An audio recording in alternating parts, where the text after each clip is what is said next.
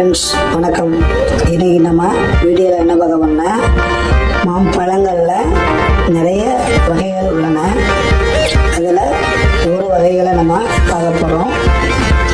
இது ஒரு ஒட்டு வகையை சார்ந்த மாம்பழமாகும்.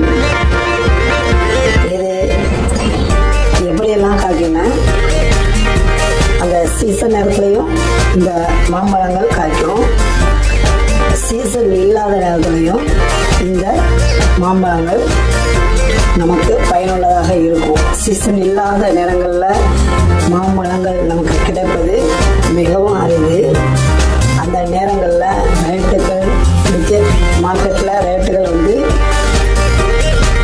அதிகமாக இருக்கும். அந்த நேரங்களையும் இந்த மாம்பழங்கள் காய்க்கப்படும். இது முற்றிலுமாக ஒரு ஒட்டு ரகத்தை சேர்ந்தது. இன்னைக்கு வீடியோவின் ஸ்பான்சர் யாருன்னு பார்த்தா பைமோட் சுமார்ட்டு. இது ப்ளே ஸ்டோரில் ஆப்பிள் ஸ்டோரில் அவைலபிளாக இருக்குது. அதில் ஆப்பை டவுன்லோட் பண்ணி அதில் நம்ம வீட்டில் இருந்தபடியே ஆன்லைன் பர்ச்சேசிங் பண்ணலாம்.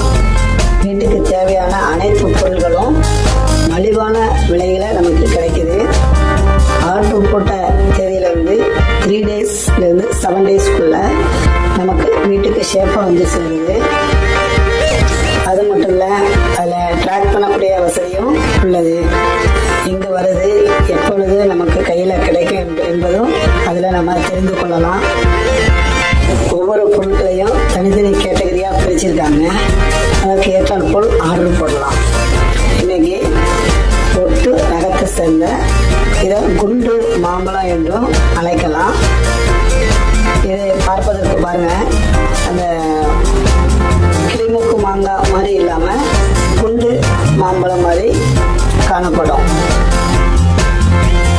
அது முதிர்ச்சி அடையும் தருவாயில் அது எப்படி இருக்குன்றால், மஞ்சள் அதில் லைட்டாக மஞ்சள் கலந்து காணப்படுவதனால இது விளைந்து பழுக்கும் தருவாயில் இருக்குது என்று நாம் அறிந்து கொள்ளலாம்.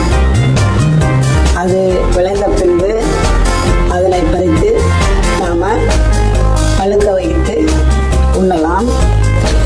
இதனுடைய தோற்றம் சொர்ணரேகா அல்லது கௌமதி போன்ற ஒற்று ரகங்களை சேர்ந்த மாம்பழங்களில் இதுவும் ஒன்று. இந்த மாம்பழத்தின் தோல் மஞ்சள் நிறமாக மாற